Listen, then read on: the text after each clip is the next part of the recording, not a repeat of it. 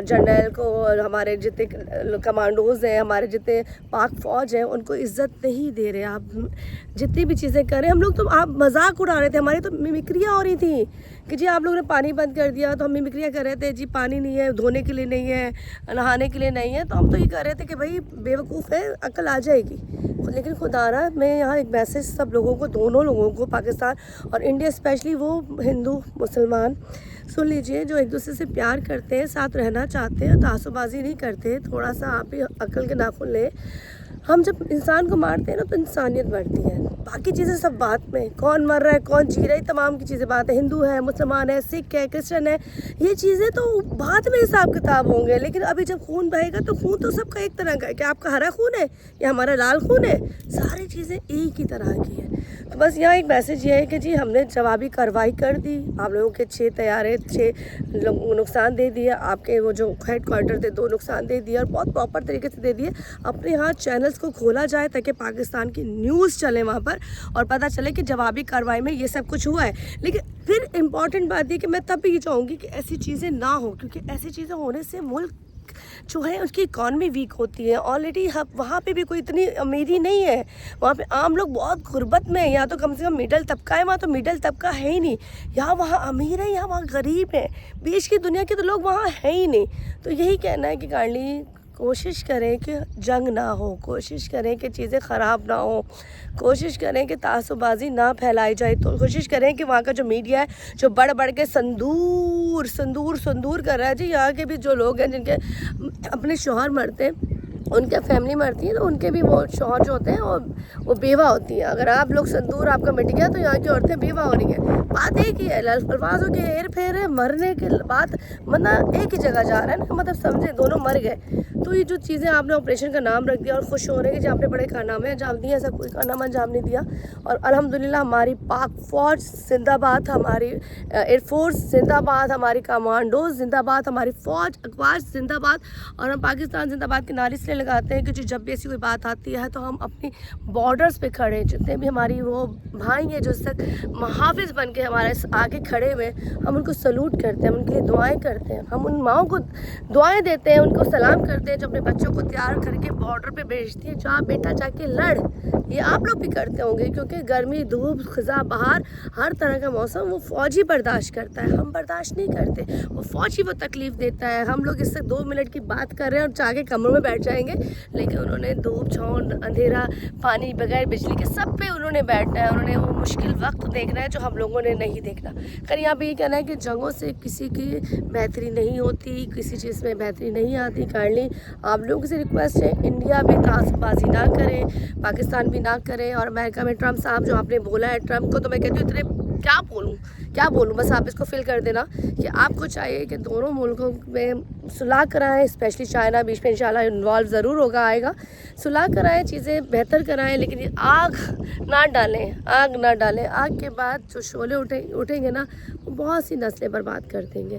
تو اس وقت یہی پیغام ہے کہ پاکستان ہو, انڈیا ہو, دونوں میں انسان بستے ہیں. جنگوں سے زندگیاں برباد ہوتی ہیں. تو جواب وہاں سے جب وہیں سے پہل ہوئی ہے, انہوں نے بزدلانہ جو کارروائی کی ہے اس کا جواب ہم نے دے دیا ہے. لیکن ہم چاہتے ہیں اس کو سٹاپ کیا جائے. جو آپ نے گرین وائٹ پرچم لہرایا ہے, امن کا لہرایا, صلح کا لہرایا, تو اس کو صلح میں بدلیے.